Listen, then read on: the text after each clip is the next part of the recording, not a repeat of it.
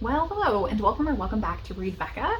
It's time for a tag video. Every time I say I'm going to get into the rhythm of doing tags again and catch up, I never do. So once again, I'm very, very behind on this tag, and I think everyone has already done it, but perhaps I will start a new wave.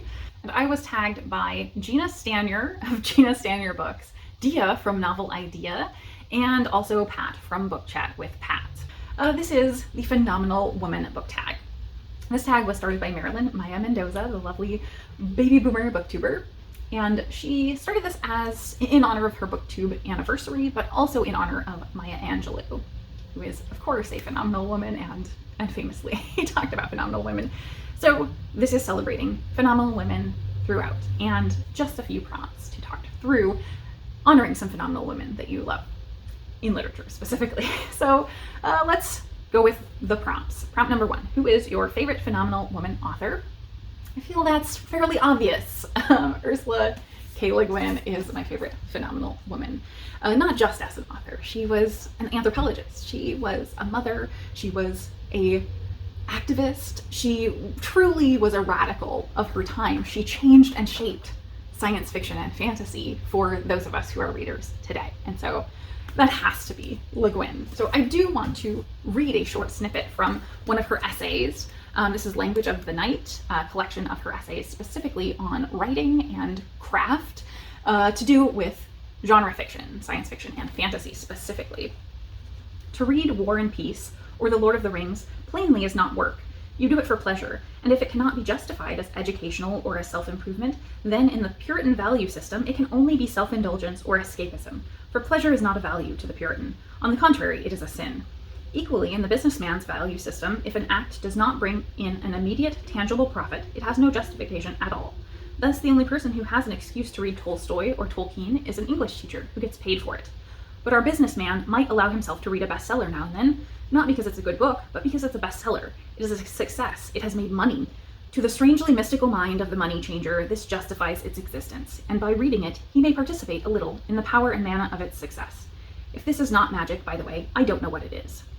And just a little further on, to be free, after all, is not to be undisciplined. I should say that the discipline of the imagination may in fact be the essential method or technique of both art and science. It is our Puritanism insisting that discipline means repression or punishment, which confuses the subject. To discipline something in the proper sense of the word does not mean to repress it, but to train it, to encourage it to grow and act and be fruitful, whether it is a peach tree or a human mind. I think that a great many American men have been taught just the opposite. They have learned to repress their imagination, to reject it as something childish or effeminate, unprofitable, and probably sinful. They have learned to fear it, but they have never learned to discipline it at all.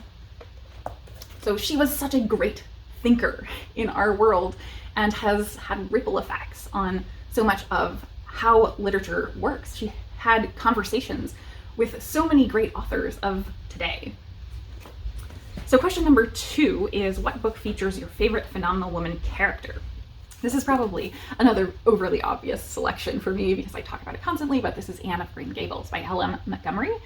And much to the previous reading, Anne is such a character full of imagination and so precocious. She is a very flawed woman. She takes the journey over the course of this series to womanhood, and that really is the story of this series. While she is a child initially, as this orphan coming into a farm home where she is initially not accepted, she goes through struggles and rejections over the course of the series, but also acceptance and love, and finds home in her life, finds a support system surrounding her where Green Gables and her community are just so loving and warm to her, even when she makes mistakes. And I just love this because it is such a complex story of women, not just of Anne, but of the bosom friends she makes, the close attachments she forms over her life through her childhood and adulthood, the women who mentor her, who she looks up to, Rachel and Marilla, and they are all very complex and phenomenal women. Next, prompt 3 is, if you were creating a book prize, which book by a phenomenal woman author would you choose? And this was very hard. I was surprised how hard it was to narrow things down. But I kind of have to say, number 1, I feel like nonfiction is very, very underrated in terms of the prize love that it gets. So I'm going for nonfiction. And also, usually if you're starting a prize, it has to be somewhat recent. So that was where I sort of cast my net to. So I went for the best fairly recent memoir that I have read by a phenomenal woman this year. So this is Life on Other Planets, a memoir of finding my place in the universe by Aomawa Shields, who is a NASA astrobiologist. And why this is so phenomenal is that she is a woman who has overcome so much. She is a really wonderful person who was inspired by many great women herself, and she centers those women throughout this memoir and their influence on her life. But she had such struggles in getting where she is, and she never let that stop her. So she always had a love and inspiration to get into a science and math career. And so she pursued that, but then hit roadblocks when academia really wasn't very accepting or supportive of specifically a woman of color. So she felt like she was an outsider always when she pursued that path. And she changed course. She left academia, didn't get her degree, and took on acting because that was also a passion of hers. So she always has had this science and arts balance in her life. She became a somewhat successful actress. And in pursuing that, she also, because of her interest in science, found her way toward getting into some science communication. And that led her back down the path to academia again, in getting a higher education in science and pursuing that original love that she had, finding her way through that in a new way where she was able to find the supports that she didn't have before. And ending up at NASA, studying exoplanets and being on the forefront of new science, which is just so wondrous and amazing. By pure chance, I happened to read a science fiction novel this year, The City in the Middle of the Night by Charlie Jane Anders, and Dr. Shields is thanked in that book because Charlie Jane went to her with some questions about how the planet like she was building could possibly work. And Dr. Shields was able to help give some questions and answers on inspiring this planet. So, because that's what she does, because she is at the very forefront of imagining and uncovering the science behind these foreign planets.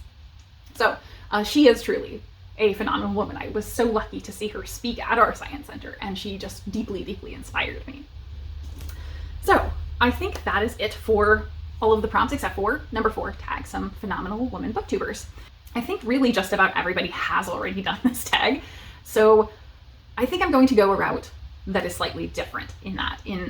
I don't know that either of these people will even notice the tag, or slightly bigger booktubers than I would normally tag. And I don't really know or care if they do the tag in the end. I'm going to refer you to the people I tag because regardless of whether they do the tag, I know that both of these people consistently and routinely, like in every video pretty much, talk about books with phenomenal women authors and phenomenal women characters. So they are people you can seek out if you want more about phenomenal women in literature. So I'm going to go ahead and tag La Rosa Reads and Louise Savage Muses for the phenomenal woman tag. So I think that is all for me today. Let me know down below. If you don't have a channel, I want to hear your answers on who is your phenomenal woman author. Thank you all so very much for watching.